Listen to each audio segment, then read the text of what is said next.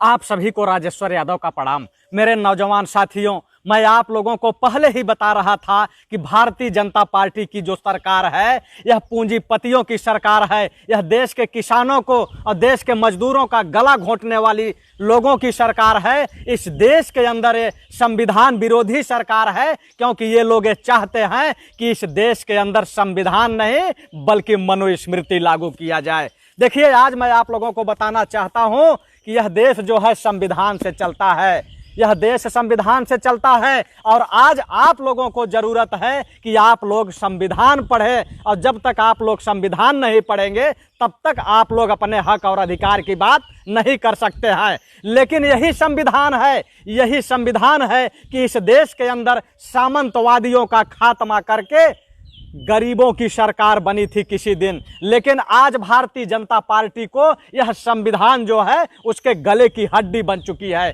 और वह जो है कानून बना बना करके इस संविधान को खत्म करने की नाकाम कोशिश कर रही है। अभी आप लोगों ने देखा होगा कि अभी जो है कोरोना और लॉकडाउन के कारण आदित्य योगी जी जो है उत्तर प्रदेश के अंदर जो है मजदूरों के शोषण को जो रोकने वाले सारे कानून थे उसको 3 साल के लिए स्थगित कर दिया। उन्होंने पूंजीपतियों के हक में कानून बनाया कि जो ये मजदूर हैं इनका जितना मर्जी हो उतना मर्जी शोषण तुम कर सकते हो। 3 साल तक शोषण कर सकते हो, जबकि ये संविधान है। और इस संविधान के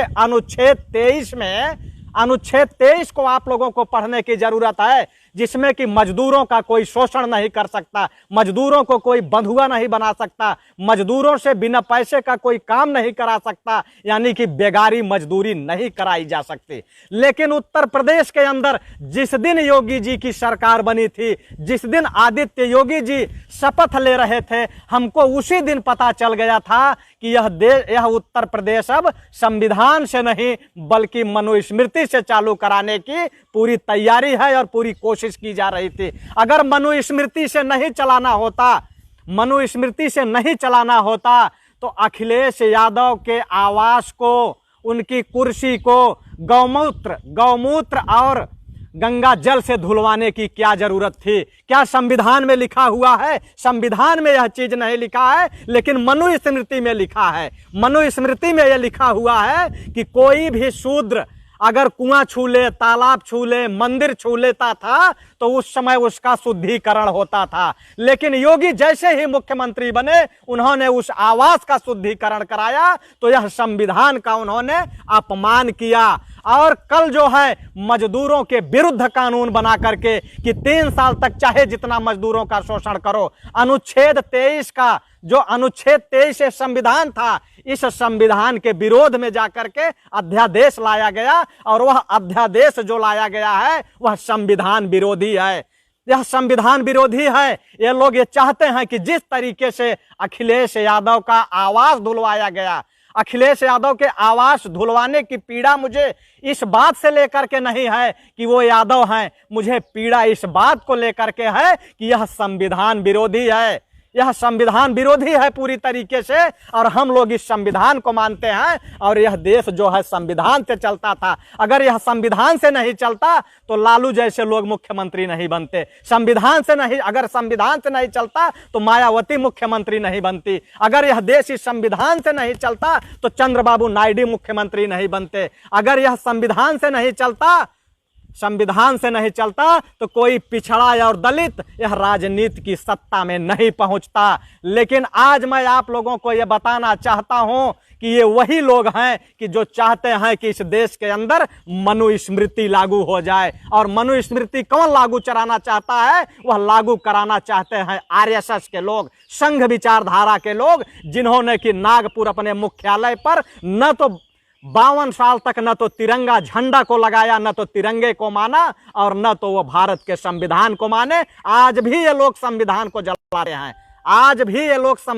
जलाते रहते हैं। लेकिन मैं आप लोगों को ये बताना चाहता हूं कि यह देश की जनता को यह संविधान पढ़ना चाहिए। आज आप लोग वेद पढ़ते हैं, आप लोग शास्त्र पढ़ते हैं।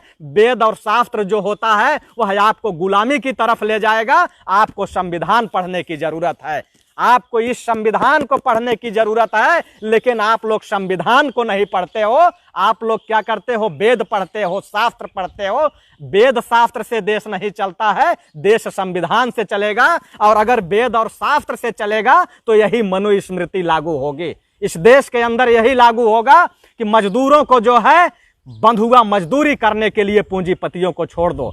आज योगी जी कह रहे हैं कि इस देश के अंदर उद्योग भ्रष्ट हो रहा है, इसलिए हम मजदूरों को जो है सारे जो कानून थे उसको हम खत्म कर रहे हैं। हम बंधुआ मजदूरी करने के लिए पूंजीपतियों को सौंप दे रहे हैं।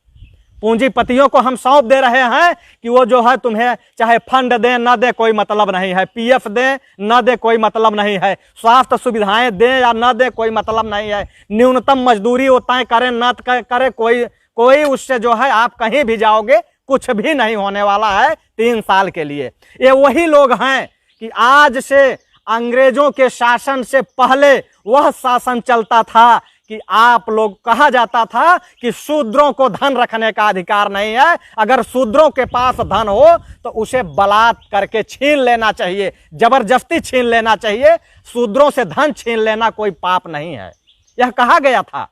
मनुस्मृति में थी कि नहीं थी यह मैं नहीं जानता, लेकिन यह जो है जब हम लोग सोशल साइंस पढ़ते थे ग्रेजुएशन में तो वहां यह लिखा था कि बलात् करके जो है शूद्रों से धन छीन लिया जाता था, उनको धन रखने का अधिकार नहीं था। यही शूद्र थे। आज जो वेद और शास्त्र पढ़ने की नाकाम कोशिश करते हैं, शास्त्र और वेद में उलझते हैं, जब इनको संविधान पढ़ने की जरूरत है तो ये वेद और शास्त्र पढ़ते हैं। वेद और शास्त्र पढ़ने की जरूरत नहीं है, आज आपको संविधान पढ़ने की जरूरत है। आपका जो भी शोषण हुआ है इसी आधार पे हुआ है, क्योंकि आपको उस समय आपको धन रखने का अधिकार नहीं था। केवल आपको जो है 2 जून की रोटी अगर ढंग से मिल जाए तो खा लीजिए, और नहीं तो फिर आप मजदूरी करते रहिए, मरे हुए जानवरों को खाते रहिए। यही प्राविधान था आप लोगों को। और बंधुआ मजदूरी कराई जाती थी। बंधुआ मजदूरी कैसे होती थी मैं आप लोगों को बताना चाहता हूं। जैसे आज बंधुआ मजदूरी के लिए लोगों को झोंका जा रहा है, उसी तरीके से बंधुआ मजदूरी कराई जाती थी। कोई भी आदमी हरवाह नियुक्त कर दिया जाता था, बैल लेकर के आपकी वो आजीवन आपका हल जोतेगा, और जब वो मर गया तो उसका बेटा जोतेगा, और उसका बेटा अगर मर गया तो उसका नाती जोतता था। और उसको मजदूरी कितना मिलती थी? मजदूरी इतना मिलती थी कि किसी तरीके से आधा पेट भोजन वो कर ले, आधा पेट भोजन कर ले, इससे ज्यादा मजदूरी उसको नहीं मिलती थी।